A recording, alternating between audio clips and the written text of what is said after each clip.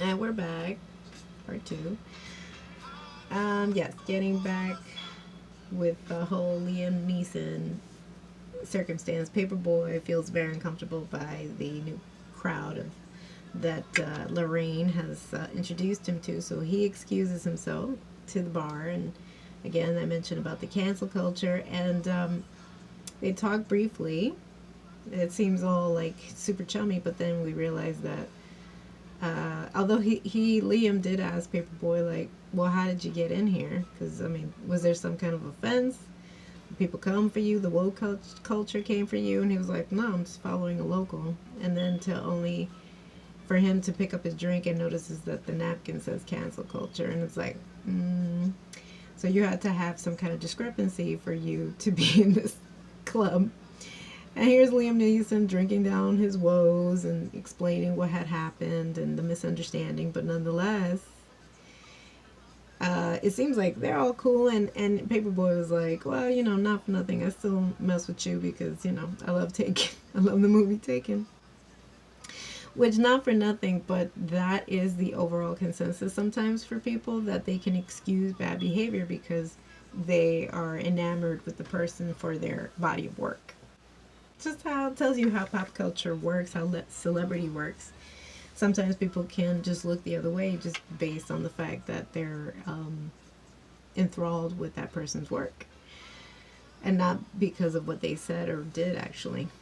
And as he's leaving, it seems like, well, at least you learned, and it's great to know that you don't hate us all black people. And he was like, oh no, and he convinced that he lets him know, like, oh no, in his words, he says, I hate the whole lot of y'all. And he's like, but didn't you learn that you shouldn't say stuff like that? Fucked up shit like that. And he was kind of like, well, that's the thing. That's the beauty, I guess, of being white. Because, it's the downside and the bad and the good side that, you can be taught a lesson and you don't really have to necessarily learn anything. Great nod to again, racial critical thinking and theory, because centuries of trauma and repression and segregation and racism, and as we can see with every passing decade, nobody learns anything. Just keeps going, keeps getting perpetuated. So again, brilliant writing. um then we see that they were just about to, basically cost Paperboy. And I guess this happens often to celebrities, that just because they're in their establishment, that they feel that they can, actually demand a performance as if he was a performing circus animal. And it's like, no. So Lorraine is quick to be like, hey, we need to, and not for nothing, this is where we know that she isn't necessarily like everyone else, because she keeps dodging in and out and disappearing. And then in the nick of time that he's able to be rescued, she comes to. She's, you know, visually there, and it's like, hey, follow me. And we have lost a great big chunks of time, because again, like, he went from just Darius disappearing on him, which was like a mid-afternoon, then all of a sudden it's evening, they're in this nightclub for heaven knows how long, and then as they exit it's morning, and it's like, how many hours have I lost here? And now it's a pretty abandoned, desolate street. Like a lot of people, when they leave the club, it's like 5 or 6 in the morning. And they have a whole thing out in the street. And not for nothing, I want to make mention, too, that Miss Ava Gray looked familiar to me. And she's a fabulous actress who has a long she's getting her work out there, and I knew she looked familiar, and so when I looked her up on IMDb, she was in Gente Fi, and that's on Netflix. I've been meaning to review that show, but also really great show. And yeah, we know that she was also in Pose, the FX series of Pose, and she is openly trans actress. So, but fabulous actress, and she does pass for a model. She's very, model-esque. So when they have a whole full out thing going on,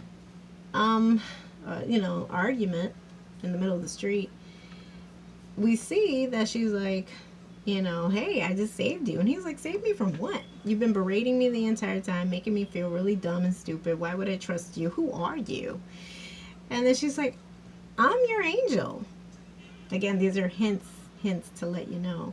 I'm your angel. I came in the nick of time. You don't even know if you own your own masters, which is the most lucrative part of the music business, especially for an artist. And little by little, she just keeps letting him know, like, you're being taken advantage of. You have friends that don't pay for anything. They're always mooching. You have family, which is Ern, his cousin, taking care of your finances, and you don't even know, you're not privy to how things are being handled. So she is giving him motherly advice.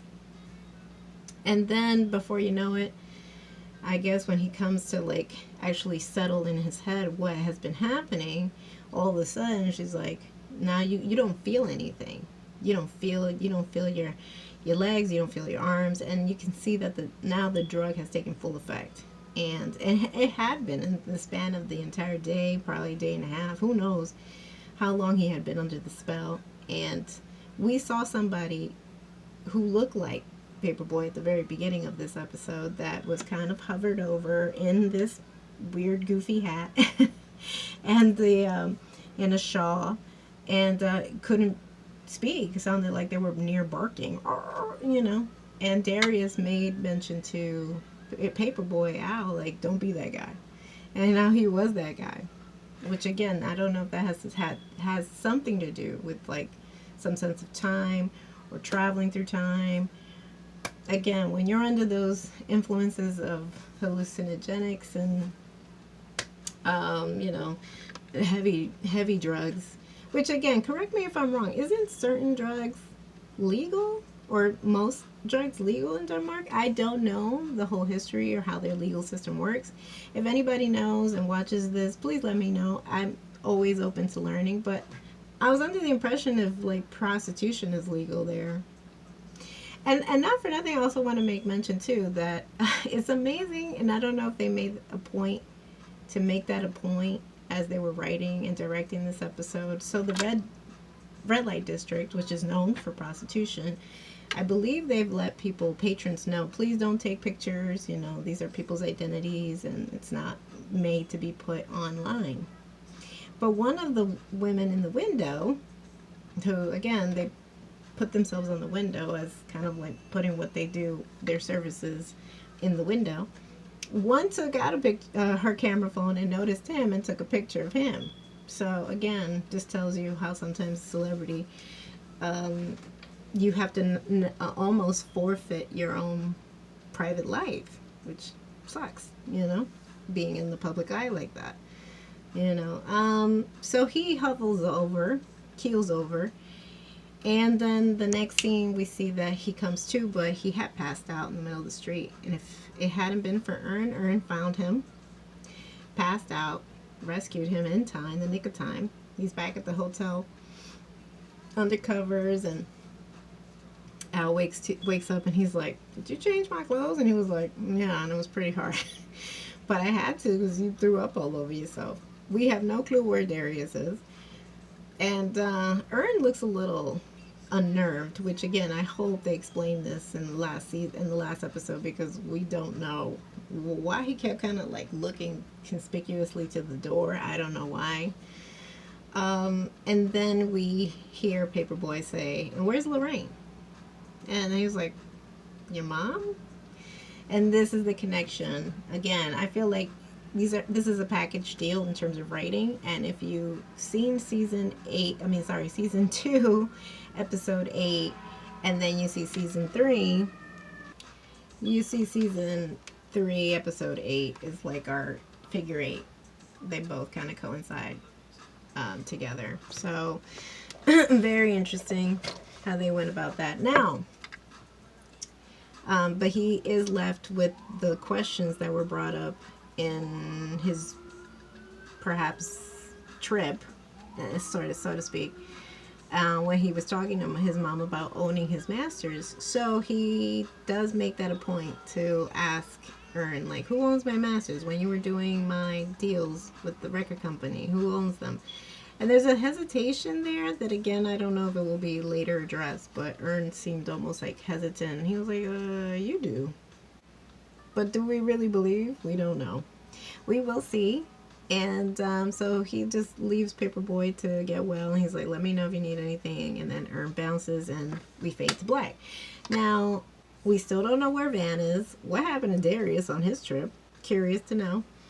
And we'll see how this is going to play out because, again, we don't know if now will the season finale end with Paperboy coming back to the States with an American tour of the or an American leg to this European tour. Sorry. So we'll see. But again, that was very interesting. And if I didn't mention it before, happy belated Mother's Day. Again, you all know I'm a prop queen. I love my props. And this is, yes, from my beloved Dollar Tree. But since this was a very mother-based episodes, that which, again, connects to season 2, again, what better way to show some motherly... And again, she was giving him motherly advice throughout the entire episode. Because, again, I think it was perhaps either he had... These are all his, like, a manifestation of all his fears enveloped in the memory of his mother. But he didn't see his mother as how she may have passed. He saw his mother as when she was a young woman. But nonetheless, again, and maybe there were instances of her personality of her when she was a younger woman. But nonetheless, I loved it. And again, I wanted to just make mention and special shout out to all our mothers on Mother's Day. Now let's move on to episode 9, y'all.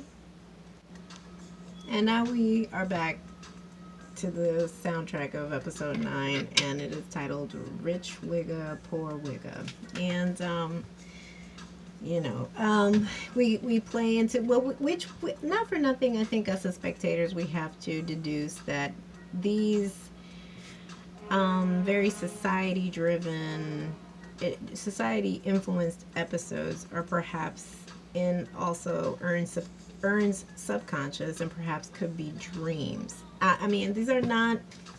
This is what most people are kind of like deducing online when it comes to the reviews, but also scary fragments of what people encounter, especially in the eye of celebrity like this. And you have to... I think that's the best way that we can weave these stories into the season. And again, like I mentioned in my first episode for this review, was that Atlanta is more of like a state of mind as opposed to just it being bound to Atlanta, the location and the state. So, well, the location. Now, this is very reminiscent of the reparations episode, and I will link that review because I did review. I've been reviewing throughout the whole season. I think this one weaves best with or connects best with the big payback. I think that's episode 4, and I will link it somewhere here or link it down in the description box. Must see. And we're back to the whole reparations mindset. And how I mentioned that if they do a spinoff, the Glover brothers decide to do a spinoff, and it says like, if the script was flipped, this would be great. Now let's just start with the score. The score in itself and the feel of it feels very Hitchcockian. Like even down to the music choices that we have here, we have like actual film scores that were probably featured in like Psycho or I think, what is it called, Rear Window or something like that. Correct me if I'm wrong again. But we have that kind of like very symphonic classical feel to like movie making, black and white, which hence I think that's why they drained the color for this episode 9. And also I want to make mention from the fact that I think sometimes people say, well, I don't see color, but when you drain the color, that's all you kind of see, the differences between black and white. And it's beautifully shot, very reminiscent, I believe, of this other film that I also reviewed on my channel called Passing, and I will also link that somewhere here or in the description box. And it really puts a focus, aside from the fact that it is cinematically beautiful on celluloid, but also the significance of seeing just black and white. And we see this character. His name is Aaron in the show, and I think his real name, believe it or not, is Tyreek Withers. And just by first glance, yes, he's very passing. He could pass for a Caucasian man. I believe he's, I think a lot of other people have mentioned his previous work, which I don't know if this is necessarily his first TV work, but that he's more known online, Instagram and TikTok or something of that effect. And that, yes, he's shown pictures, I think, either on his Twitter in the background, that yes, he is African American or half African American because of, I think, I don't know if it's his father or his mother, but in the story, in the movie, in the show, his father is African American. When we're introduced to Aaron, Aaron is, your typical, he looks on first viewing, he could pass for a white male, young white male, very much of this generation, listening to Post Malone and, playing his video games, and they don't necessarily use weapons, but a fire thrower, basically.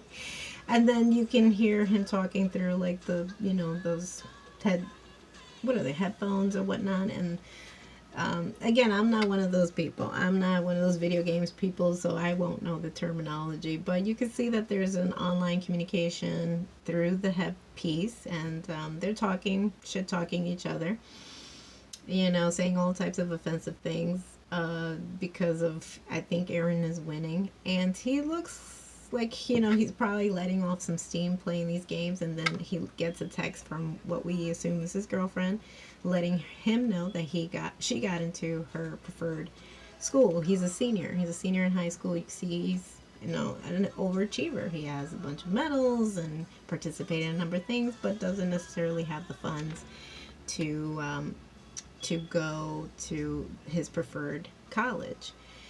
And we're under the assumption that this is the white man's plight of how they feel like, a certain way, when you see all these other people of color who are able to find means or find a scholarship that will provide for tuition and provide a full ride for people of color. Again, because it is owed based on the laborious enslavement of people of color that built this country. So when these programs are able to provide for people of color, then there's a sense of resentment here from people who are white. So what you see here is then he's flustered because he knows that he probably won't be joining his girlfriend. And how's he going to get into his favorite school? And then he has a moment where he's frustrated and lashes out to the people that he was already having an issue with online.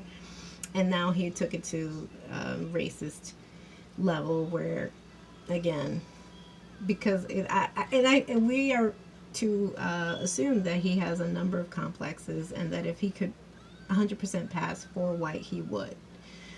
If nobody had an inkling of anything, because he surrounds himself, his girlfriend is white, his peers are white, he rarely even speaks to people of color, and perhaps only when he's playing this particular video game. His father, now the next day, you can see it's the next day, his father's driving him to school. Instances, I think, of people have said, other reviewers have said that there's like hints of like, what is it, Spider-Man into the Spider-Verse or something like that. Again, I'm not a super fan when it comes to that, but correct me if I'm wrong. Which again, our Paperboy,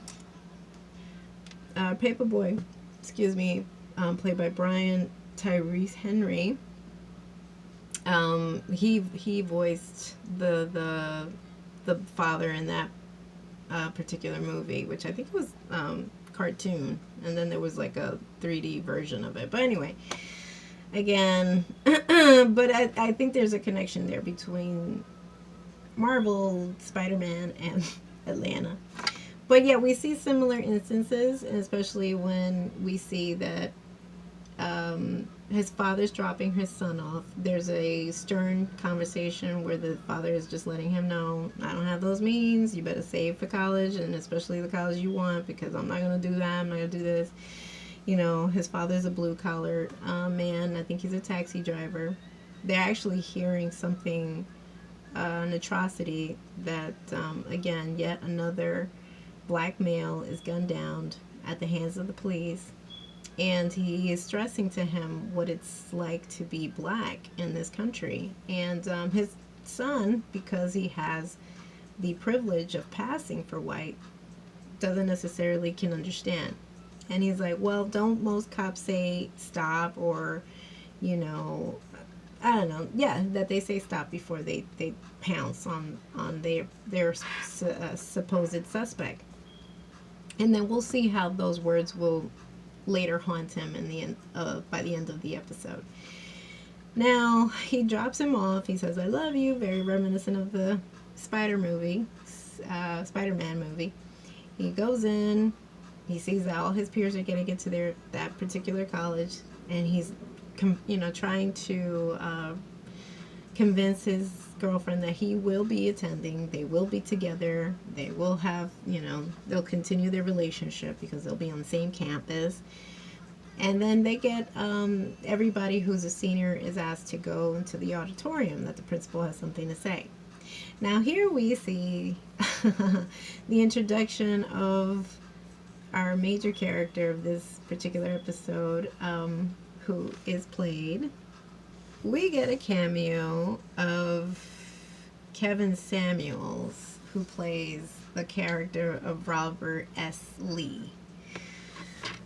Now, again, I'm not going to address all the controversies. I didn't even know, to be perfectly honest, I didn't know who Kevin Samuels was. He was really well known, I think, in the last year online for his preachings, misogynistic points of view when it came to women, especially black women, and basically encouraging horrible, not heinous, but just horrible behavior, and how women should be perceived and how they should act, and after a certain age, how there's an expiration date, all types of crazy nonsense that made him very popular.